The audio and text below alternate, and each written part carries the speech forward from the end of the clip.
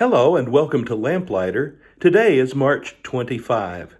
Today, as we continue in the history of the Israelite nation, as they are settling in the land of Canaan, striving to become the people of God, we see that this is still a black mark on Israel's history as they seem to drift farther and farther from God, and they seem to drift farther and farther from any commitment they've ever made to a holy kind of life. It seems that morality has spun completely out of control. As a matter of fact, in today's reading, we start the reading with this phrase: "In those days, Israel had no king." It's a sort of a euphemism for saying everything's out of control. Everybody is simply doing as they please. There is just kind of this spiritual chaos that's going on. And as long as everybody just sort of follows their own rules or does whatever he or she wants to do with no sense of whether God himself would be pleased or not, things are completely foreign to the promises and the commitments that have previously been made. So Israel is really in a bad place here. Morality has spun wildly out of control, and it's evidenced by this unique story that's told in today's reading. The story is told of a Levite who takes for himself a concubine. We're told that the concubine is unfaithful to him, and she returns to her home. Well, the Levite then decides he's going to pursue her, so he goes to her home where he meets with her along with her father, his father-in-law, and spends some time there. The father-in-law is very hospitable. He invites the Levite to stay for a meal, which he does. He invites him to spend the night, which he does. And it seems that every time the Levite gets prepared to leave and go back home with his concubine, this father-in-law figure keeps trying to stall and get him to stay a little bit longer. Ultimately, the Levite says, "Okay, enough is enough. You've been very kind, but I'm going to take your daughter and we're going to go back home."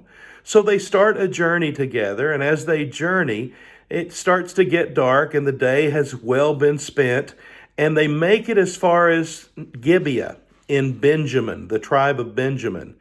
And it's dark and they need to stop for a night, so they go into the town square. And they sit there and they wait, because you see, the custom was when a person is traveling, he or she can go to the town square, and there should be someone in the town that sees them there and demonstrates hospitality by inviting them to their home to spend the night. Well, they stay there for a while and no one has invited them, until finally there is an old man who comes in from working in the fields, and he sees them there in the town square. He invites them hospitably into his home. But when he does so, the people, the men of Gibeah, are so wicked. This is very reminiscent, by the way, of the city of Sodom just before it is destroyed. But the men of Gibeah are so wicked, they come to this old man's house and they say, "Bring us this man that you took into your house. Bring him out to us. We want to have sexual relations with him." Homosexual practices. The old man is horrified by such an idea. Instead, he offers his own daughter, and he offers this man's concubine to them. So the concubine is the one who is sent out, and the men of Gibeah have their way with her. They rape her, and they abuse her, and they leave her to die. The Levite gets up in the morning thinking it's time to travel back home, and he finds there at his doorstep his concubine, who has been abused by the men of Gibeah and left there dead. So he puts her body on his donkey and heads home. And when he gets there, he cuts her body, if you can imagine this, into 12 separate pieces, and sends one of the pieces to each of the 12 tribes of Israel to show them how disgusting and vile things have become in the nation of Israel.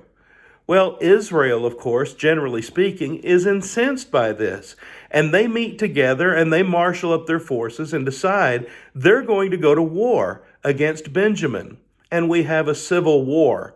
Now, civil war, if you think about it, it's kind of an oxymoron, isn't it? How can you have a war that's civil? But what we mean by that is simply Israel is fighting against Israel, one of her own tribes, the tribe of Benjamin. So the Israelites form up their army and they inquire of God, and God gives them permission to go forward with Judah, the tribe of Judah, leading the way. And the war ensues then with the Benjamites, who've also brought their men to fight. They won't listen to any reasoning, so the war has to take place. Well, in the first round of this battle, Israel is defeated by Benjamin. Israel loses 22,000 soldiers. It's kind of hard to imagine. Then they think, what in the world happened? They inquire of God again, and God again gives them permission to go forward. And the second round of the battle, Israel is defeated again. They lose 18,000 soldiers. And finally, Israel is just sort of beside herself, again inquiring of God, and God says, don't worry, I'm handing Benjamin over to you tomorrow. So go out to fight them again. And this time they're given a strategy, which is very reminiscent of the strategy Joshua uses against Ai that we've already read, where the Israelites go to fight, they turn to run, and the Benjamites pursue them out into the open field, thinking that they're going to win round 3 as well.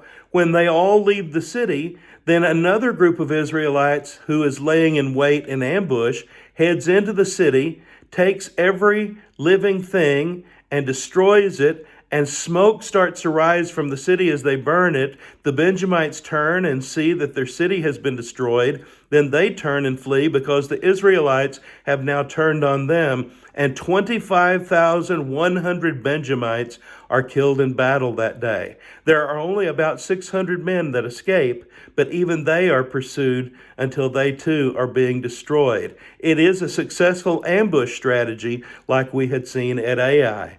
But here's what happens.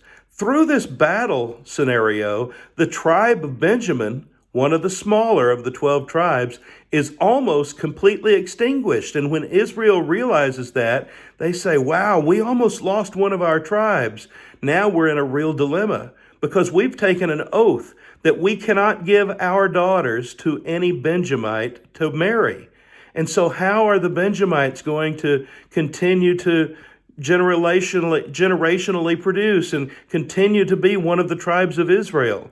And so they finally concoct this scheme where there's a festival going on at Shiloh, and they tell the men of Benjamin, you lie in wait when the young women come out to celebrate and dance for this festival. Come out of hiding and grab them, take them to be your wife, and you can keep the tribe of Benjamin alive. It's kind of a bizarre strategy. It reminds me, as a musical buff, of the musical Seven Brides for Seven Brothers, when these rustic 7 men reach out and they grab women unknowns to them and take them and capture them, kidnapping them to be their wives. But that's sort of what happens here in the biblical text. Then when we get through all of this, and it seems that the tribe of Benjamin has been preserved, we read this summary of the whole period of Judges that we've been working our way through with that cycle of sin, oppression, repentance, a judge being raised, a time of peace, the judge dies, and then sin once again, over and over and over again through the book of Judges. As this book is being summarized right at the end of our reading today, it simply says this, the same way our reading started. In those days, Israel had no king. This time it's not a euphemism because it goes on to say, everyone did as he saw fit. Things are out of control. What is God going to do? His people are completely losing it. They're completely forgetting every promise that's been made, just as Moses had warned them against just before he died, just as Joshua had warned them against just before he died. Now the people have fallen into sin. Yet God is still patient. God is still forgiving. God still has a plan, and that plan continues to unfold. And as we continue to read further, we'll see that God's plan is never thwarted. He always has a place for his people. He always has a way of keeping his people together to be his chosen nation. Isn't it great to be a part of God's chosen people today? This story is still being told. Isn't it great to be a lamplighter? His word is a lamp to our feet and a light to our path. I hope you have a blessed day.